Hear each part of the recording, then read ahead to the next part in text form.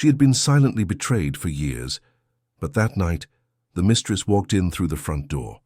What was a facade turned into public humiliation, and her silence ended there. If this story has piqued your interest, don't forget to subscribe to the channel and tell us which city you're watching from. Continuing, Marina always knew that silence came at a price. From the day she married Edward Alistair Brandon, heir to one of London's most traditional families, she learned that words, when spoken at the wrong moment, could cost far more than any jewel or designer gown. The mansion where she lived in Kensington was a monument to calculated discretion. Every room, every antique piece of furniture, every painting on the walls told stories of generations who had learned to guard secrets like fine porcelain. On that Friday in November, the typical London spring warmth made the air inside the house heavier. Marina was sitting in the bedroom, looking out the window at the perfectly manicured garden where gardeners worked in silence. She held in her hands an elegant invitation, printed on heavy laid paper with embossed gold lettering. It was the invitation to the birthday party of her father-in-law, Arnold Brandon, the family patriarch who would be turning 75. The celebration would be held right there, in the mansion Marina had called home for almost 8 years. It would be a grand night, as events of the Brandon family always were. More than 200 guests were expected. Business magnates, politicians, artists, members of London high society. All would come to pay tribute to the man who had built an empire from a small import company, transforming it into one of the country's largest conglomerates.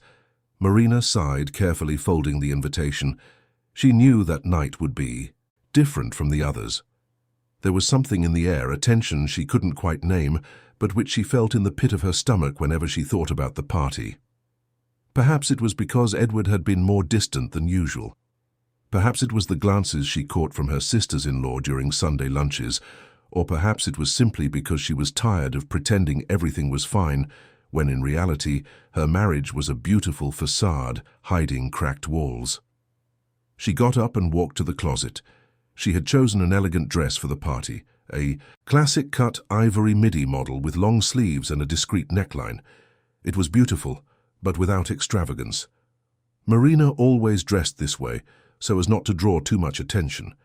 It wasn't for lack of good taste or resources, but a conscious choice. She had learned over the years that women in her position should be seen, but not noticed too much. They should be present, but not take up too much space. They should smile, but not laugh too loudly.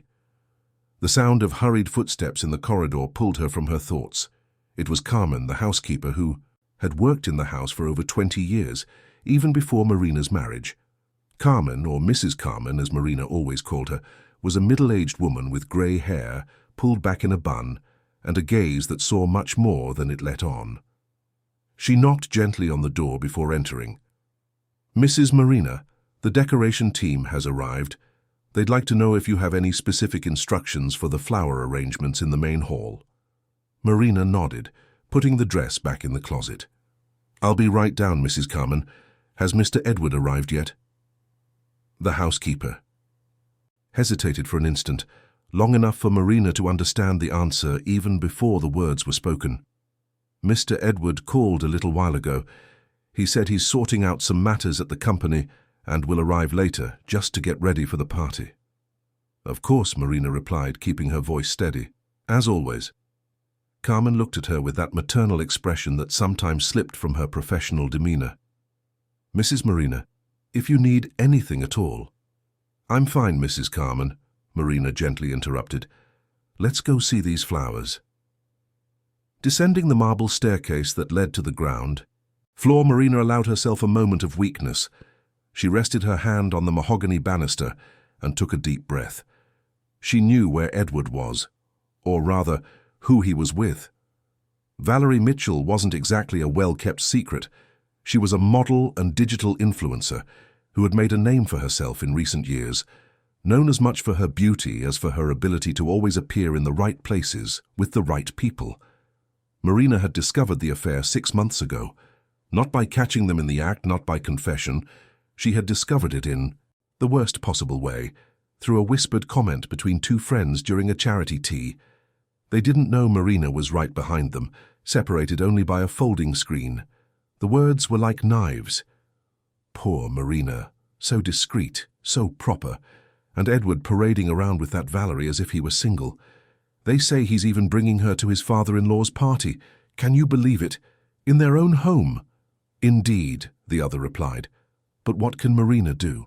She depends on his family. She has no career, nothing that's just hers. And with the Brandon family, you know how it is. Appearances are everything. Marina didn't move. She stood there behind the folding screen, her teacup trembling in her hands, while the two women continued to dissect her life as if discussing the weather.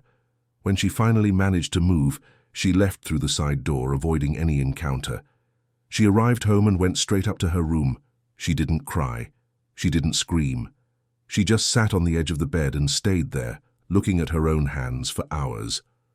That night, when Edward arrived home, she said nothing. He had dinner, commented on his day at the company, complained about traffic and went to sleep. Marina lay awake beside him, listening to his peaceful breathing, and realized he wasn't even aware of the absurdity he was living. For him, it was normal, acceptable, part of what it meant to be a man of his position. In the following months, Marina maintained her routine. She woke up, had coffee, managed the house, attended charity events, had Sunday dinners with the family, slept beside a stranger. But something inside her was changing. It was subtle, almost imperceptible, like a fine crack in a crystal vase. It hadn't broken yet, but it was there, growing silently. The mansion's main hall was being transformed. Dozens of people worked on the decoration, florists arranging enormous vases with white roses and lilies, technicians installing sound and lighting systems, the catering team organizing the tables. Marina walked among them with the upright posture and polished smile she had learned to wear like an accessory. "It looks beautiful, Mrs. Marina," commented the decorator, an animated woman named Patricia. "Mr. Arnold will love it. All white and gold, just as you requested, classic and elegant." "Perfect," Marina replied. "And the main table? Have the places been set?" "Yes, madam. Mr. Arnold at the center, of course. Mrs. Adelaide to his right. To his left, Mr. Edward and yourself. The other families distributed according to the list we received." Marina nodded, but a strange feeling ran through her. She knew that list did not reflect the true seating arrangement for the night. She knew from a casual comment by her sister-in-law Isabel the week before that Edward had requested an additional place at the main table. For a special guest, he had said. Isabel had recounted this with a half-smile, testing Marina's reaction. Marina had not given her the pleasure of showing any emotion. Hours passed in preparations. Marina supervised every detail with the precision of someone who knows everything needs to be impeccable. Not out of vanity, but because any flaw would be attributed to her, the hostess. Close to 4 in the afternoon, she went upstairs to get ready. She took a long bath, trying to relax her tense muscles. She did her nails, styled her hair in an elegant and discreet updo. She applied her makeup carefully, enough to look good, but not enough to seem like she was trying to draw attention. When she put on the ivory dress, she looked at herself in the mirror. The woman looking back at her was beautiful, elegant, perfectly suited to the role she was to play. But there was something in her eyes that wasn't there before. A hardness, a determination. Or perhaps it was just fatigue. Edward arrived at 6, 2 hours before the party began. He entered the room like a controlled hurricane, already irritated about something related to work. He barely looked at Marina as he undressed and stepped into the shower. She remained seated in the armchair in the room, leafing through a magazine. She wasn't really reading, just waiting. When he emerged from the bathroom, wrapped in a towel, he finally noticed her. "The dress looks nice," he commented distractedly, opening the closet to choose his suit. "Thank you. Are you wearing the navy blue one?" "Yes. It's my father's favorite." They exchanged these small formalities like two polite strangers sharing an elevator. Marina watched her husband dress with the same attention one gives to a play whose ending is already known. Edward was a handsome man, she admitted. Tall, dark hair, always neatly combed, and athletic. Build maintained with regular workouts. He had the natural charm of men accustomed to getting what they want, and it was precisely this certainty that made everything more unbearable. "Marina, about the party," Edward began, adjusting his tie. There will be some guests you might not know, people from the new business circles, you know. My father wants to strengthen ties with this younger generation of entrepreneurs." "I understand." "One person in particular," he continued, avoiding looking directly at her. "Valerie Mitchell will be present. She's a digital influencer, has millions of followers. My father thinks it's interesting to have that kind of presence at the party. Social media coverage, that sort of thing." The silence that followed was dense. Marina didn't move, didn't blink. She just looked at her husband, expecting him to have the decency to acknowledge the absurdity of what he was saying, but Edward merely finished adjusting his tie and turned to pick up his shoes. "Are you okay with that?" he asked, in a tone that made it clear the answer didn't really matter. Marina could have said many things at that moment. She could have screamed, cried, thrown something at him. She could have demanded respect, dignity, truth. But 8 years of silent training spoke louder. She stood up, smoothed her dress, and walked to the door. "I need to check if everything is ready. The first guests should be arriving soon." "Marina," he called her, as she was already at the door. "It's just a party. You don't need to make a drama." She stopped, but didn't turn around. "I won't make a drama, Edward. I never do." And it was precisely at that moment, with her hand on the doorknob, that Marina felt something definitively break inside her. It wasn't anger. It wasn't sadness. It was a cold, absolute clarity. She had spent 8 years being invisible, being convenient, being everything they expected her to be. And that night, as she prepared to welcome her husband's mistress into her own home under the pretext of business strategy, Marina decided that silence had exacted enough of a price. She descended the stairs with an upright posture and a practiced smile. The hall was impeccable, illuminated by crystal chandeliers that cast golden reflections on the walls. The tables were set with fine china and perfect floral arrangements. The catering staff circulated with trays of canapés and champagne flutes. Everything was exactly as it should be for a Brandon family celebration. The first guests began to arrive. Marina greeted them with her usual cordiality, shaking hands with each one, remembering names, asking about children and grandchildren. She was good at this. She had become an expert at making people feel seen, while she herself remained in the comfortable shadows of discretion. Adelaide, Marina's mother-in-law, arrived accompanied by her husband. She was an elegant woman, with perfectly coiffed grey hair, wearing a champagne-toned party dress. She embraced Marina with the controlled affection typical of the family. "Everything is lovely, dear. You truly have a talent for these things. I'm glad you like it, mother-in-law. Tonight is a special night for Mr. Arnold." Arnold Brandon was a man of striking presence, tall, with completely white hair, penetrating blue eyes that seemed to assess everything and everyone. He greeted Marina with a nod and a half-smile. He had never been particularly warm towards her, but neither had he been hostile. Marina was, to him, a suitable piece in his son's life. Discreet, from a good family, educated, everything expected of a Brandon wife. As the hall filled, Marina circulated among the groups, always attentive, always present, always invisible. She talked about charity with the society ladies, about business with the entrepreneurs, about art with the collectors. It was a performance she had mastered. It was then that Valerie Mitchell arrived. Marina saw her even before she entered the hall. A buzz started in the entrance hall, that kind of stir that happens when someone important appears. And then she was there, walking through the double doors as if on a catwalk. The red dress she wore was more than daring. It was provocative, short, tight, with a neckline that defied gravity. Her sky-high heels made her legs seem endless. Her blonde hair fell in perfect waves over her shoulders. She was objectively stunning, but it wasn't Valerie's beauty that made Marina's stomach churn. It was the way she entered, confident, proprietary, as if that house, that party, those people, everything was hers by right. And it was mainly the way Edward approached her, with a smile Marina hadn't seen in years, and guided her by the arm to the center of the hall. Heads turned, some with curiosity, others with poorly disguised scandal, many with that expression of someone witnessing something inappropriate, but unable to look away. Marina remained where she was, beside a group of ladies who had suddenly fallen silent, all looking at her, awaiting her reaction. It was Helen, Marina's favorite aunt, her deceased mother's younger sister, who broke the awkward silence. Helen had come from Edinburgh especially for the party. She was a vibrant and direct 60-year-old woman who had never quite fit into the formal circles of high society. "Marina, darling," Helen said loud enough to be heard, "aren't you going to introduce me to the other guests? I'm dying to meet Edwards. Cousins you talk so much about." It was an elegant exit, a purposeful distraction. Marina clung to it like a lifeline. "Of course, Aunt Helen. Come, I'll introduce you to everyone."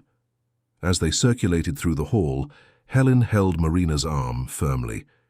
"Is that woman in red who I think it is?" she whispered. Marina merely nodded, maintaining her smile. "And you're just going to stand there, quietly, letting this situation happen? What do you want me to do, Aunt? Make a scene? Throw out a guest at my father-in-law's birthday party?" Helen squeezed her niece's arm. "I want you to remember that you are the mistress of this house, that you have rights, that you deserve respect." But at that moment, Marina felt like the owner of nothing. She felt like a guest in her own life, watching from the sidelines as another woman took her place. And worst of all, no one seemed to think it was wrong enough to do anything about it. The party continued. Dinner was served. Marina and Edward sat at the main table, as planned. Valerie was placed at a nearby table with other young and influential guests. Throughout the meal, Marina felt glances darting back and forth between her and the other woman. It was like being in a boxing ring, with everyone waiting to see who would throw the first punch. But Marina ate in silence, smiled when appropriate, participated in conversations when necessary. She was playing her part perfectly, as always. It was only when she looked up and met Valerie's gaze from across the hall that something changed.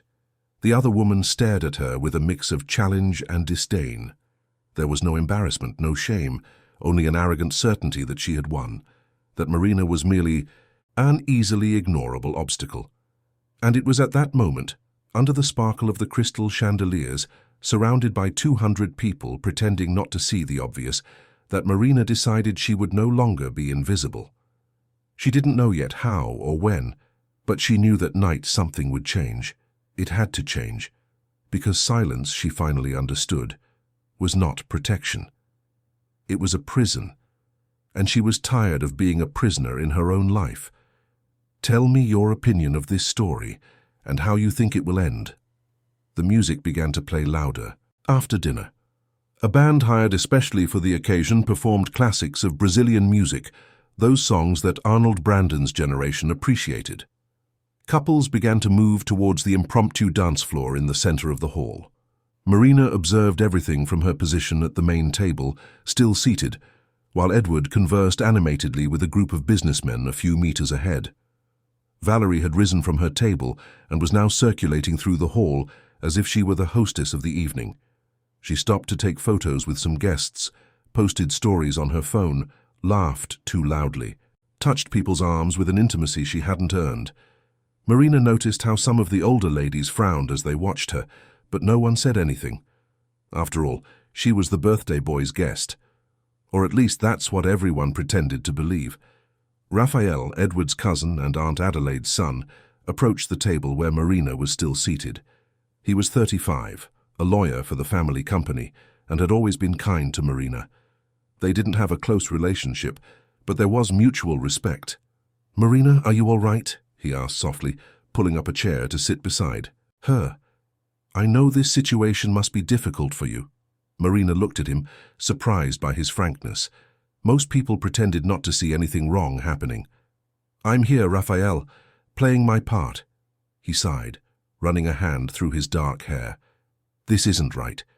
You know that, don't you? What Edward is doing is disrespectful. To you, to the family, to everyone here." "And what do you suggest I do?" Marina asked, her voice low but laced with a bitterness she couldn't hide. "Make a scene? Fight with my husband in front of 200 people at my father-in-law's birthday?" "I'm not suggesting you make a scene," Raphael replied calmly. "But I also don't think you should simply accept this. You have rights, Marina. You are his wife. You are my uncle's daughter-in-law. You have a place in this family that should be respected." Marina felt her eyes sting, but she blinked quickly to ward off any sign of tears. "How long have you known?" she asked. Raphael hesitated. "About the affair? About 4 months, maybe. I overheard conversations at the office. You know how it is, people talk. And no one thought they should tell me? It wasn't my place, Marina.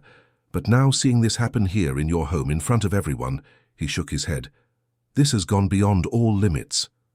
Before Marina could reply, Helen appeared beside them. Her aunt had a determined expression on her face. "Marina, darling, I need to speak with you. Now." Helen practically dragged Marina into one of the side corridors, away from the curious glances of the guests. Raphael followed a few steps behind them. When they were in a more private space near the library, Helen held Marina's arms and looked directly into her eyes. "Niece, listen to me carefully. I didn't raise you to be any man's doormat. Your mother, God rest her soul, would be horrified by what's happening here today." "Aunt, please," Marina began, but Helen cut her off. "No, you will listen to me. I know you were raised to be a good wife, to keep the peace, to not make waves. But this," she gestured vaguely in the direction of the hall, "this is not peace. It's humiliation, and you don't deserve it." "What do you want me to do?" Marina asked, and for the first time that night, her voice truly trembled. "I have no choice. I don't have my own career. I depend financially on his family. This house is in the Brandon name. If I fight, if I cause problems, I'll lose everything." Raphael, who had been silent until then, spoke. "Actually, Marina, you won't lose everything. And I think there's something you should know." Marina and Helen looked at him. "About what?" Raphael looked around to ensure they were alone. "About this house. Do you know how the property ownership was settled when you and Edward got married?" Marina frowned. "I always assumed it belonged to the family, one of the Brandon Empire's properties." "Not exactly," Raphael explained. "My uncle Arnold gave this mansion as a wedding gift. It's legally registered in both your names, but there's a clause most people don't know about. In case of separation, the property goes to the innocent party. It was a way my uncle found to ensure Edward took the marriage seriously, that he looked after his wife. He wanted his son to be responsible." Marina felt the ground move beneath her feet. "Are you saying this house could be mine? If you can prove you've been betrayed, that you've been disrespected, yes, the house would be yours. I read the contract when I started working in the family's legal department. It's a solid document." Helen let out an exclamation of surprise. "Arnold did that. I never imagined the old man had that side to him." Marina leaned against the wall, trying to process the information. For 8 years she had lived there thinking she was a tolerated guest, that her presence depended on the goodwill of the Brandons. And now she discovered she had rights, that she had a legal standing no one had bothered to explain to her. "Why? Did no one ever tell me this?" she asked, looking at Raphael. He shrugged, embarrassed. "Probably because no one thought it would be necessary. Edward should have told you, but I imagine he preferred to keep you in the dark. It's easier to control someone who thinks they have no options." The sound of hurried footsteps interrupted them. It was Carmen, the housekeeper, with a worried expression on her face. "Mrs. Marina, I apologize for interrupting, but I think you should return to the hall. There's a situation developing." "What kind of situation?" Marina asked, already feeling her heart quicken. Carmen looked at Helen and Raphael before answering. "The young lady in red, that Valerie. She's causing quite a stir. She's taking photos with Mr. Edward, posting on social media, telling her followers she's at her father-in-law's party. People are commenting, they're realizing it's your house, and some are starting to ask inconvenient questions." The three exchanged glances.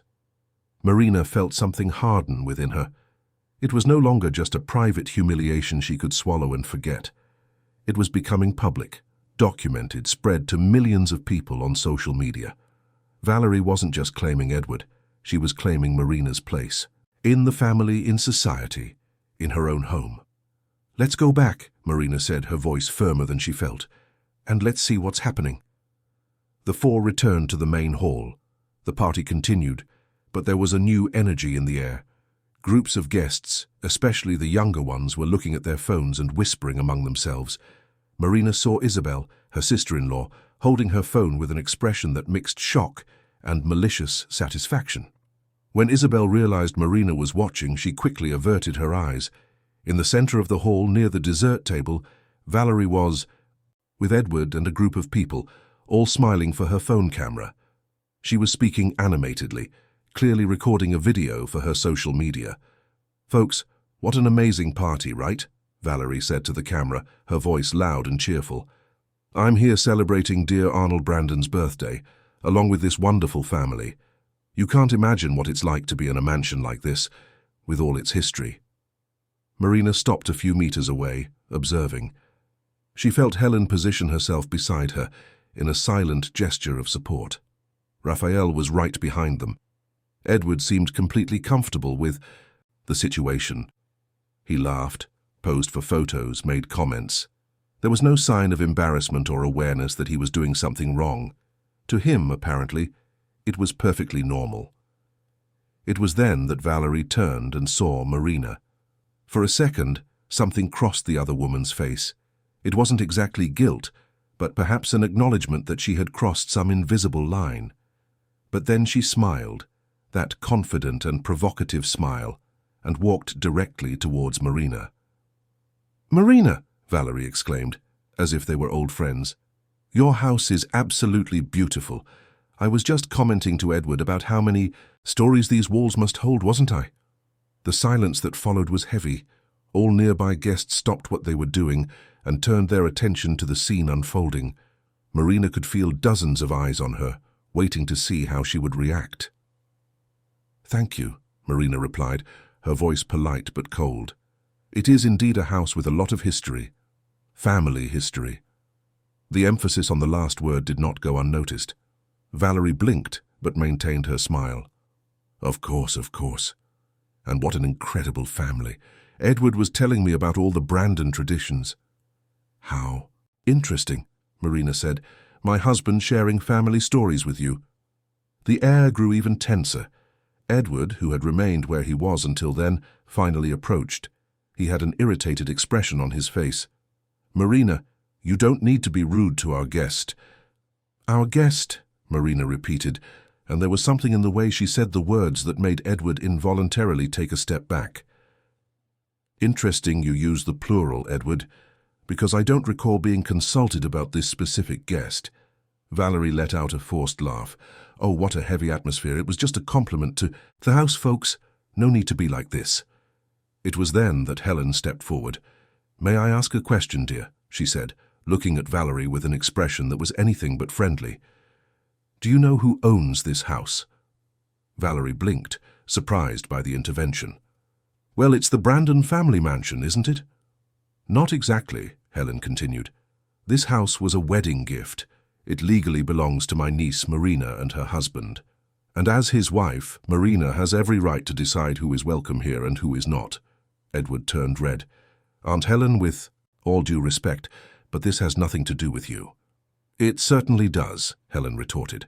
"It has everything to do with me when I see my niece being disrespected in her own home. And I'm not the only one seeing this."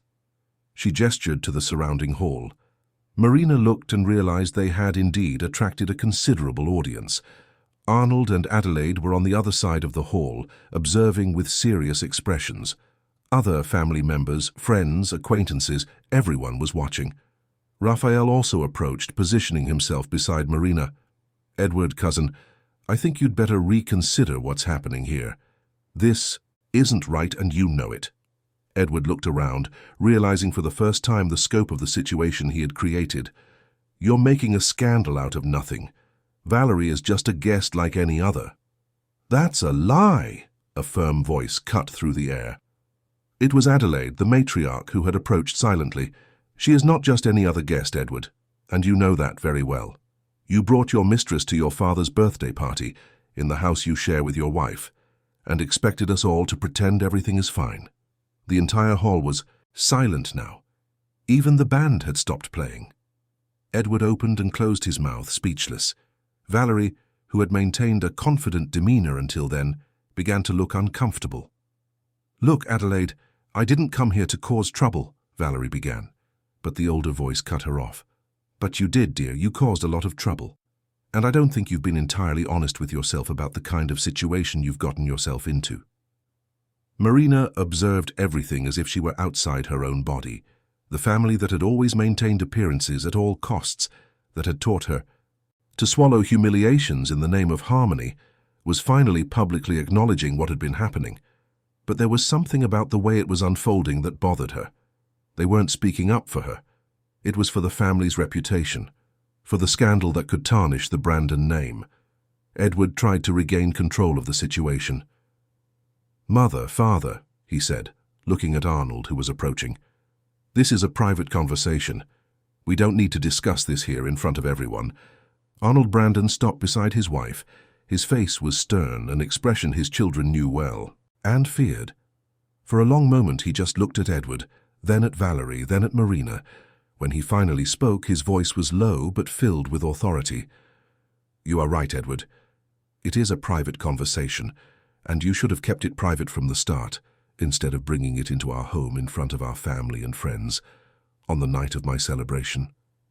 Edward lowered his eyes. "Father, I haven't finished speaking," Arnold interrupted him. "You disrespected your wife, you disrespected your mother, you disrespected me, and most importantly, you disrespected yourself.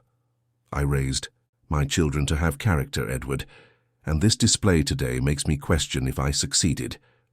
The patriarch then turned to Valerie. "And as for you, madam, I think it best that you leave. This is not your home, this is not your family, and clearly you misunderstood your role here tonight." Valerie turned pale. "Mr. Arnold, she began, but he raised his hand, signaling for silence. "Please, leave with dignity. You have caused enough embarrassment already." It was then that something no one expected happened. Valerie, feeling cornered and humiliated, did something desperate. She grabbed a glass of red wine from a nearby table, and before anyone could react, threw its contents onto Marina's ivory dress. The dark red liquid spread across the light fabric like blood. Marina stood completely still, looking down, watching the wine stain her dress drip onto the marble floor. The entire hall let out a collective gasp of shock. "Oops," Valerie said, her voice trying to sound casual but trembling slightly. "It was an accident." But everyone there knew it wasn't. The gazes that had been on Marina with pity were now on Valerie with horror. That had crossed all boundaries. It was no longer just a matter of infidelity or disrespect. It was physical aggression, even if symbolic. Marina slowly raised her eyes, looking first at her stained dress, then at Valerie. And for the first time that night, for the first time in 8 years of marriage, Marina felt something inside her completely break. It was no longer sadness. It was no longer resignation. It was anger. Pure, crystalline, liberating anger. "You," Marina said, her voice low but crystal clear, "you have just made the biggest mistake of your life." The silence that followed Marina's words was so dense it seemed to suck all the air from the hall. Valerie tried to laugh, a nervous, sharp laugh that quickly died when she saw the expression on Marina's face. There was no submission there anymore. There was no longer the discreet, silent woman everyone knew. There was something different, something that made even Edward involuntarily take a step back. Marina picked up a napkin from the nearest table and began to blot the wine stains from her dress with calm, deliberate movements. Every gesture was controlled, precise, as if she were performing a choreography rehearsed 1,000 times. When she finished, she carefully folded the napkin and placed it on the table. Only then did she look back at Valerie. "You know what's funny?" Marina said, her voice soft but piercing. "For 8 years, I swallowed humiliations. I pretended not to see. I pretended not to know. I kept my mouth shut because I was taught that's what good wives did, that keeping the peace, maintaining appearances, was more important than having dignity." "Marina," Edward began, but she raised her hand, silencing him without even looking in his direction. "No, Edward, now it's my turn to speak. You had 8 years to talk to me, to respect me, to treat me as your wife. You chose not to. So now, you will listen to me." She turned to Valerie again. "And as for you," she said, walking slowly towards the other woman, "you thought you could walk into my house, into my marriage, into my life, and just take whatever you wanted. You thought I was weak, you thought I was invisible, you thought I wouldn't react." Valerie tried to maintain her arrogant posture, but her voice trembled as she replied, "Look, I didn't want to cause trouble. It was Edward who invited me. You just accepted," Marina completed. "Accepted the invitation to come to my house. Accepted posing next to my husband. Accepted posting on your social media for your millions of followers that you were here as if you were part of this family. And then, when confronted, you tried to humiliate me by throwing wine on my dress. I already said it was an accident. Was it?" Marina tilted her head, and there was something almost dangerous in the calmness of her voice. "Because several guests here recorded everything on their phones, I'm sure the videos clearly show your intentions, and I imagine that, considering your social media presence, you understand very well what viral images can do to a reputation, don't you?" The color drained from Valerie's face. She looked around, realizing that indeed several phones were still raised, recording every moment of that confrontation. What once seemed an advantage, her digital influence, now transformed into a weapon against her. Helen approached Marina, placing a hand on her shoulder in a gesture of support. "And that's not all, dear," she said, looking at Valerie. "You are on private property, causing a disturbance, having physically attacked the owner. Marina could very well call the police right now." "This is ridiculous," Edward exploded, finally finding his voice. "No one is calling the police. This is a family matter." "Then perhaps you should have treated it as a family matter from the start, Edward," Arnold said, his voice cutting, "instead of turning your father's birthday into a media circus." Adelaide approached Marina, examining the stained dress. "Darling, let's go upstairs for you to change. You don't need to stay here in that ruined dress." But Marina shook her head. "No, mother-in-law, I will stay exactly as I am. I want everyone to see. I want everyone to remember what happened here tonight." She turned to the entire hall, where the guests watched in silence. Marina ascended the few steps that led to a raised area near the window, where a small grand piano stood. From there she had a complete view of the hall, and everyone could see her clearly. "I apologize," she began, her voice loud enough to reach every corner of the hall. "I apologize because this was meant to be a night of celebration, of joy, of family, and it has turned into something quite different. But perhaps," she continued, "it was necessary. Perhaps it was necessary for all of this to happen, so that certain truths could finally come to light." "Marina," Edward tried to interrupt her again, but Raphael held him by the arm. "Let her speak, cousin," Raphael said firmly. "You've said enough with your actions. Now it's her turn." Marina continued, looking directly at the guests. "For years I lived in this house like a ghost. I was here, but I wasn't. I performed my duties, smiled at the right times, dressed appropriately, attended events. But I was never truly seen. I was never truly heard. And worse, I accepted it. I accepted it because I was told that's how things worked, that women in my position should be discreet, should turn a blind eye, should forgive endlessly." Some of the guests began to look uncomfortably at each other. Marina was saying aloud things that many there thought, but would never dare to express. "But today," Marina continued, "something changed. It wasn't just the wine on the dress. It was the clarity of realizing that the silence I maintained wasn't protecting anyone. It wasn't keeping the peace, it was just allowing disrespect to continue. It was teaching my husband that he could do whatever he wanted without consequences. It was teaching her," she pointed at Valerie, "that she could invade spaces that weren't hers and there would be no reaction." Valerie tried to approach the exit, but some guests subtly blocked her path. She was trapped there, forced to listen, forced to face the consequences of her actions. "Now," Marina said, her voice growing stronger, "I want everyone to know a few things. First, this house does not belong to the Brandon family. This house is mine. It was a wedding. Gift from Mr. Arnold, registered in the registry office in my name and Edward's, with a specific clause that, in the event of proven infidelity, the property remains entirely with me." A murmur of surprise swept through the hall. Edward turned livid. Arnold, for his part, nodded slightly, confirming his daughter-in-law's words. It was clear he knew that moment would eventually come. Perhaps he even expected it. Second, Marina continued, these videos being recorded now, which show the attack I suffered, which show the presence of my husband's mistress in my own home, are more than sufficient proof for any illegal action I decide to initiate. And believe me, she looked directly at Edward, I will initiate it. Edward tried to approach, but Raphael and other family members restrained him. He was gradually being isolated, realizing he had lost the support even of those who previously pretended not to see his mistakes. Third, Marina said, now looking at Valerie, you, who built a career based on image and appearances, have just destroyed your own reputation. Because the videos being made here tonight will circulate, people will see you throwing wine on a betrayed wife in her home during a family party. They will see your arrogance, your disrespect, your lack of character, and they will judge you in the way you most fear being judged. Valerie finally lost her composure. You can't do this to me. You don't know who I am. I have millions of followers. I have contracts. I have...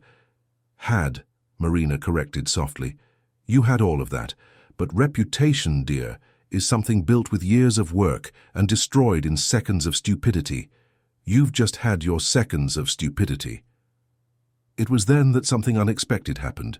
One of the guests, an elegant woman of about 60 named Beatrice Miller, owner of one of London's largest advertising agencies, rose from her table and walked to stand near Valerie. Miss Mitchell, Beatrice said, her voice clear and professional. My agency represents several of the brands with which you have contracts, or rather had, because I can assure you that, after what I've witnessed here tonight, and after the videos circulate, none of those brands will want to associate their image with yours. Inappropriate behavior, lack of ethics, involvement in family scandals, she listed methodically. All of this goes against the values our clients uphold. Valerie tried to respond but couldn't find the words. The reality of what she had done, of the consequences she would face, was finally becoming clear to her. Edward, realizing the situation was completely out of control, tried to intervene once more. Folks, please, let's resolve this calmly. It doesn't have to be like this.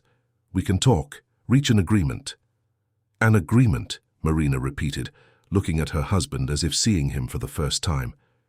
You want to make an agreement? After years of disrespect, after bringing your mistress into our home, after humiliating me in front of everyone?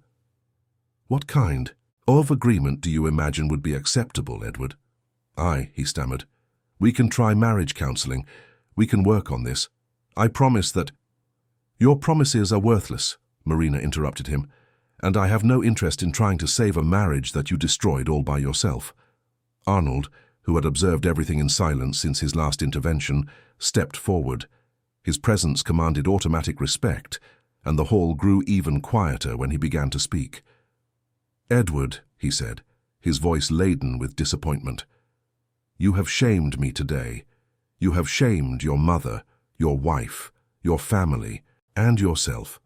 I raised you to be a man of honor, to lead with integrity, to respect the commitments you make. Clearly, I have failed. Father, please, Edward pleaded, and for the first time there was genuine fear in his voice. As of tomorrow, Arnold continued, unyielding, you are relieved of all your positions in the company. Your brothers and cousins will assume your responsibilities until I decide if you still have a place in the organization. The shock on Edward's face was visible. His position in the company, his status, his power, everything was being stripped from him publicly. But Arnold wasn't finished. And as for this house, he continued, now looking at Marina, Marina is right. The property is hers by right. Edward, you will leave this house today. You may collect your personal belongings in the coming days, by appointment and in the presence of witnesses. Marina felt her legs weaken, but she stood firm. It wasn't exactly what she had expected. She had imagined confrontations, arguments, perhaps even lengthy legal battles. But here was the family patriarch delivering justice summarily and publicly. It was almost surreal. Adelaide approached Marina, taking her hand. Darling, if you need anything at all, any support, we will be here. You are part of this family, and we will ensure you are treated with the respect you have always deserved. Marina looked at her mother-in-law, seeing sincerity in her eyes for the first time. Thank you, she whispered. Valerie, realizing there was nothing else she could do there, tried to slip away discreetly, but Marina called out to her. "One moment, Miss Mitchell." Valerie stopped, turning reluctantly. "I want you to understand one thing," Marina said, descending the steps and walking until she stood face to face with the other woman.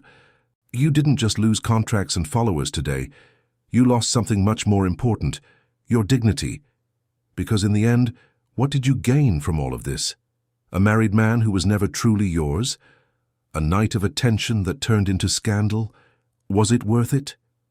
Valerie did not answer. Tears welled in her eyes, but Marina felt no pity. She felt only immense fatigue and a renewed clarity about who she was and what she deserved. "You may go now," Marina said simply. "And the next time you decide to enter someone's life, remember this night, remember that every action has consequences." Valerie left almost running, her high heels echoing on the marble of the corridor. Some guests followed her with their eyes. Others had already turned their attention back to Marina, who was now at the center of everything, no longer as a victim but as the protagonist of her own story. Raphael approached, placing a friendly hand on Marina's shoulder. "You were incredible, cousin. Your mother would be proud." Marina smiled weakly. "I think I'm in shock. I can't believe I actually did that." "You did," Helen said, arriving from the other side. "And about her time, if you ask me." Edward was still there, standing in the middle of the hall, looking lost. Some of his friends tried to console him, but even they seemed uncomfortable with the situation. Reality was setting in. He had crossed a line he shouldn't have crossed, and now he was paying the price.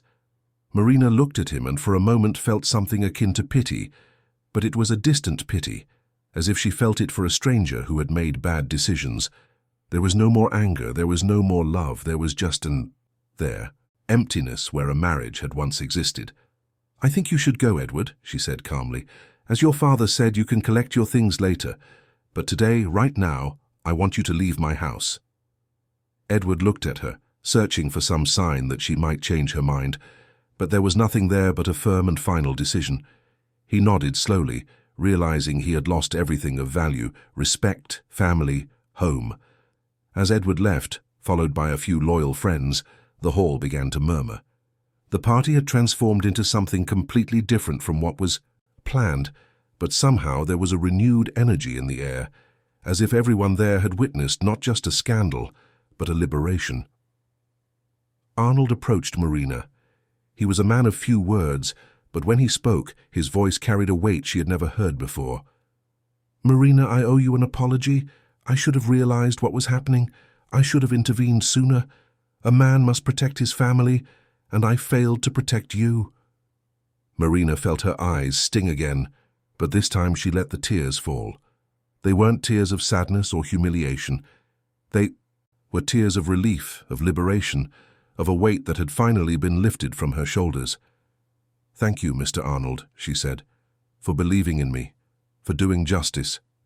He nodded, placing a gentle hand on her shoulder. "You are stronger than any of us imagined, and this house, this family, will be better with you in it than with my son." The party continued, but with a different tone. It was no longer a traditional celebration.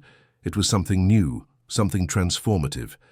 People talked about what they had witnessed, about courage, about justice, about the masks we all wear and what happens when they finally fall.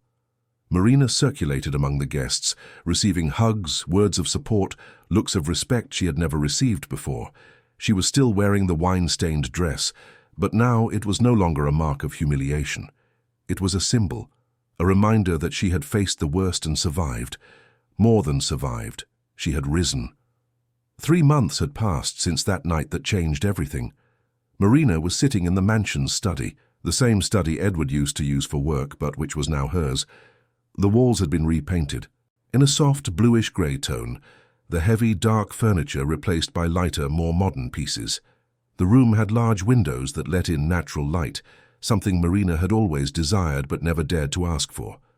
On the table in front of her were organized stacks of documents: divorce contracts, papers for the official transfer of the house's property, correspondence from lawyers. Marina reviewed them calmly, signing where necessary, taking notes on details that needed to be checked. She had quickly learned to navigate the legal and bureaucratic world that once seemed so distant from her reality. Her cell phone, rang, displaying Raphael's name on the screen. She answered with a smile. "Hi, Raphael. Everything all right?" "Hi, Marina. Just wanted to let you know that the final papers for the process have been completed. The judge signed yesterday. The divorce is officially finalized." Marina felt a wave of emotion, relief mainly, but also a hint of melancholy, not for the loss of the marriage itself, but for the end of an entire chapter of her life. "Thank you for keeping me informed, and thank you for everything, Raphael. I don't know what I would have done without your support these past few months." "No need to thank me, your family, Marina.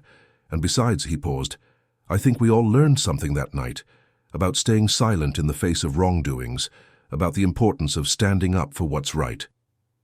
After hanging up, Marina stood up and walked to the window. The garden was more beautiful than ever. She had hired new gardeners and asked them to create a contemplation space with wooden benches and a small carp pond. It was her favorite spot now, where she spent her mornings drinking coffee and planning her day. The study door opened, and Carmen entered, carrying a tray with tea and biscuits. "Mrs. Marina, a package arrived for you. I left it in the living room." "Thank you, Mrs. Carmen. Do you know what it is?" The housekeeper smiled with that maternal way Marina had come to appreciate even more in recent months. "It seems to be the university catalogues you requested, madam," Marina smiled back. "Ah, yes, I'm looking into master's programs in business administration. I think it's time to invest in my education." "I think that's wonderful, Mrs. Marina. You deserve to achieve your dreams." After Carmen left, Marina took her tea and returned to the table. Yes, her dreams. It was curious to think about it. For so many years she had put her own desires aside, shaping her life around the expectations of others. But now, for the first time, she was discovering what she truly wanted.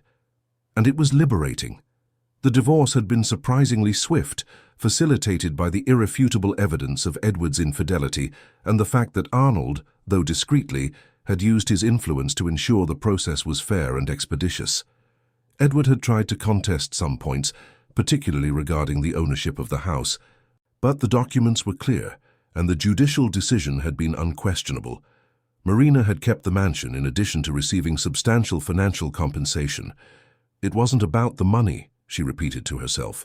It was about justice. It was about recognizing that she had invested 8 years of her life in that marriage, had given up her career, her ambitions, her own identity, and she deserved to be compensated for that. As for Valerie, the consequences had been exactly as predicted. The videos from that night had spread rapidly across social media, not in the sensationalist way the influencer was accustomed to, but as a case study on the consequences of a lack of ethics and respect. She had lost significant contracts, massive numbers of followers, and her reputation was in tatters. She had tried to apologize publicly a few times, but the apologies seemed empty and opportunistic. Marina felt no satisfaction at her downfall, only a distant indifference. Valerie had made her choices and now lived with them. Edward, in turn, had been gradually reintegrated into the family business, but in a much lower position than he had held before. Arnold had made it clear that trust was something earned, not inherited, and Edward would have to prove his worth again. Marina rarely thought of him now. When she did, it was with a kind of anthropological curiosity, as if trying to understand who that man had been with whom she spent 8 years of her life and who in the end was a complete stranger. The phone rang again. This time it was Helen. "Marina, darling, how are you?" "Hi, Aunt. I'm good. Very good, actually." "Wonderful. Look, I was thinking, how about you come spend a few days here in Edinburgh? We can go to the theatre, dine at nice restaurants, catch up. You need to get out of that house a bit, even if it is beautiful." Marina laughed. "You know I'd love to. Let me organize my schedule and I'll confirm the dates with you." After hanging up, Marina realized she was smiling. When was the last time she had taken a trip purely for pleasure? When was the last time she had made a decision based purely on what she wanted, without considering the opinions or needs of other people? She couldn't remember. The afternoon advanced and Marina dedicated a few hours to her studies.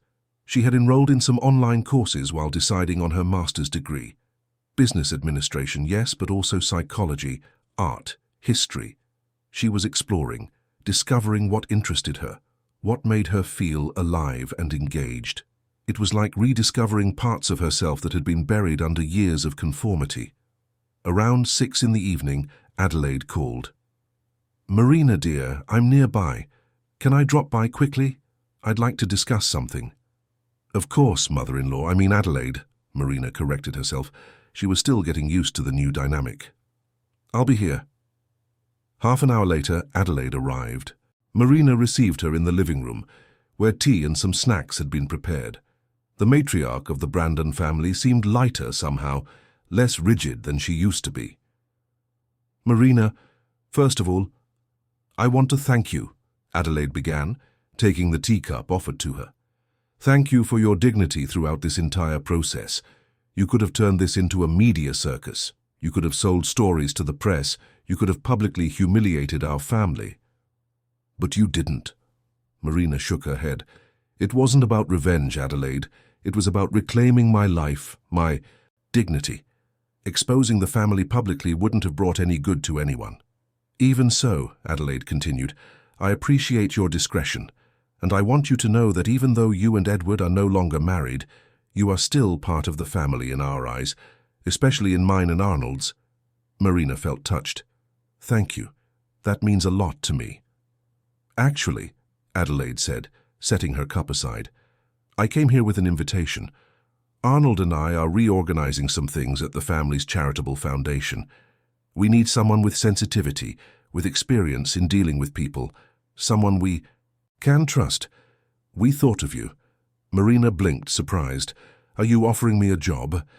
"Not exactly a traditional job," Adelaide explained. "More of a leadership position.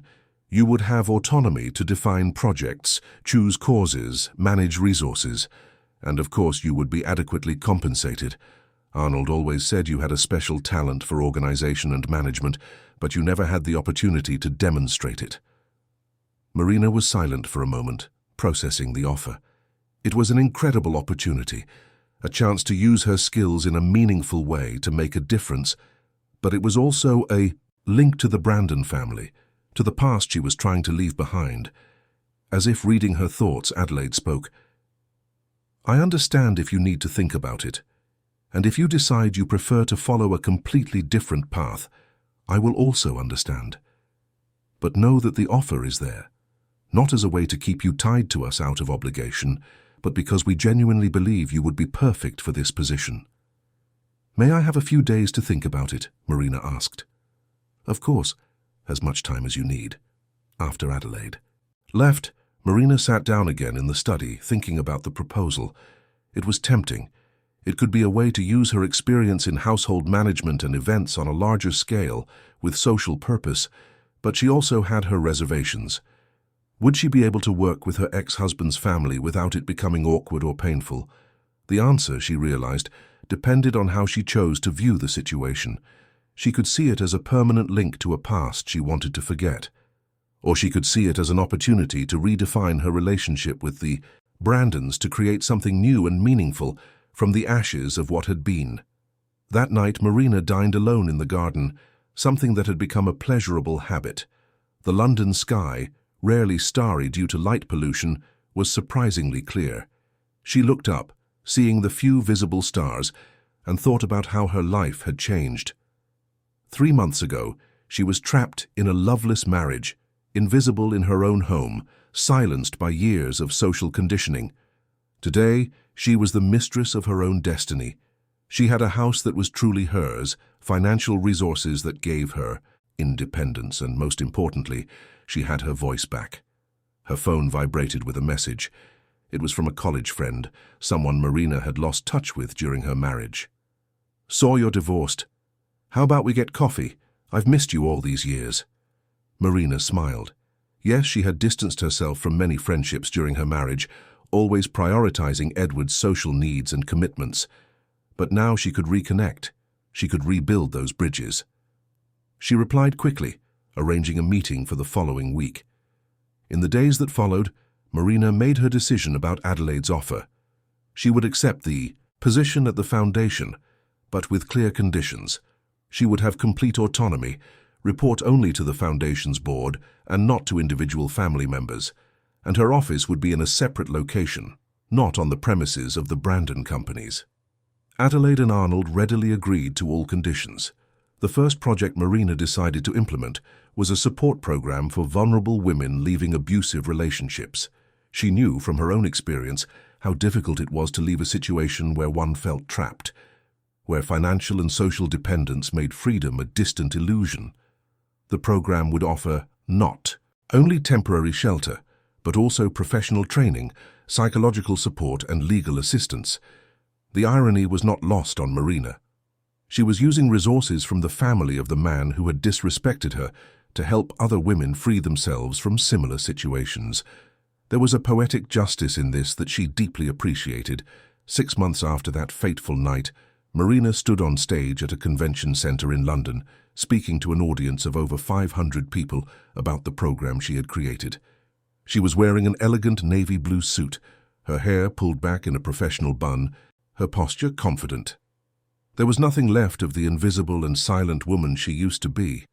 As she spoke about female empowerment, about the importance of having a voice, about how financial independence was fundamental, but emotional independence was equally crucial, Marina saw several familiar faces in the audience. Helen was there, smiling proudly. Adelaide and Arnold occupied seats in the front row. Raphael was at the back of the auditorium, filming everything for the Foundation's records. And there were dozens of women she didn't know, but who were there because they identified with the message, because they needed to hear that it was possible to start over. The lecture was a success. Afterwards, during the cocktail reception, several people approached to talk, to share their own stories, to express gratitude. One woman in particular, about 40 years old, hugged Marina with tears in her eyes. "Thank you," she whispered. "Thank you for showing that we are not alone, that it's possible to leave, it's possible to start over." Marina hugged her back, feeling her own tears threaten to fall. "You're welcome, and you're not alone. You never were." That night, back in the mansion that was now truly hers, Marina went up to her room and stood for a long moment in front of the mirror. It was the same mirror where, months ago, she had looked at herself in that ivory dress that would be stained with wine. But the woman staring back at her now was completely different. There was confidence in her eyes. There was strength in her posture. There was a light that came from within, no longer dependent on external approval or the validation of other people. Marina had found herself in the process of losing everything she thought defined who she was. Her phone vibrated with a notification. It was an article about her in a prominent women's magazine. The title read, "From Silenced Wife to Voice of Empowerment, The Transformation of Marina Allister." She read the article, which spoke about her story respectfully, focusing not on the scandal but on the transformation, not on victimization but on overcoming. In the online article's comments, there were hundreds of messages from women sharing their own experiences, thanking her for the inspiration, talking about how Marina's story had given them courage to make necessary changes in their own lives. Marina closed her phone and looked back at the mirror. Who would have thought, she mused, that a wine stain would be the catalyst for a complete transformation? Sometimes, she realized, we need to be broken to discover that we are stronger than we imagined. We need to lose what we thought defined us to find what truly matters. She thought of Edward briefly, without anger or resentment. He had been a necessary chapter in her life, a painful but transformative one. Without that experience, without that catastrophic night at the party, perhaps she would never have found her true voice. Perhaps she would never have discovered her strength. She thought of Valerie too and felt only indifference. Each of us is responsible for our own choices and their consequences. Valerie chose the path of arrogance and disrespect.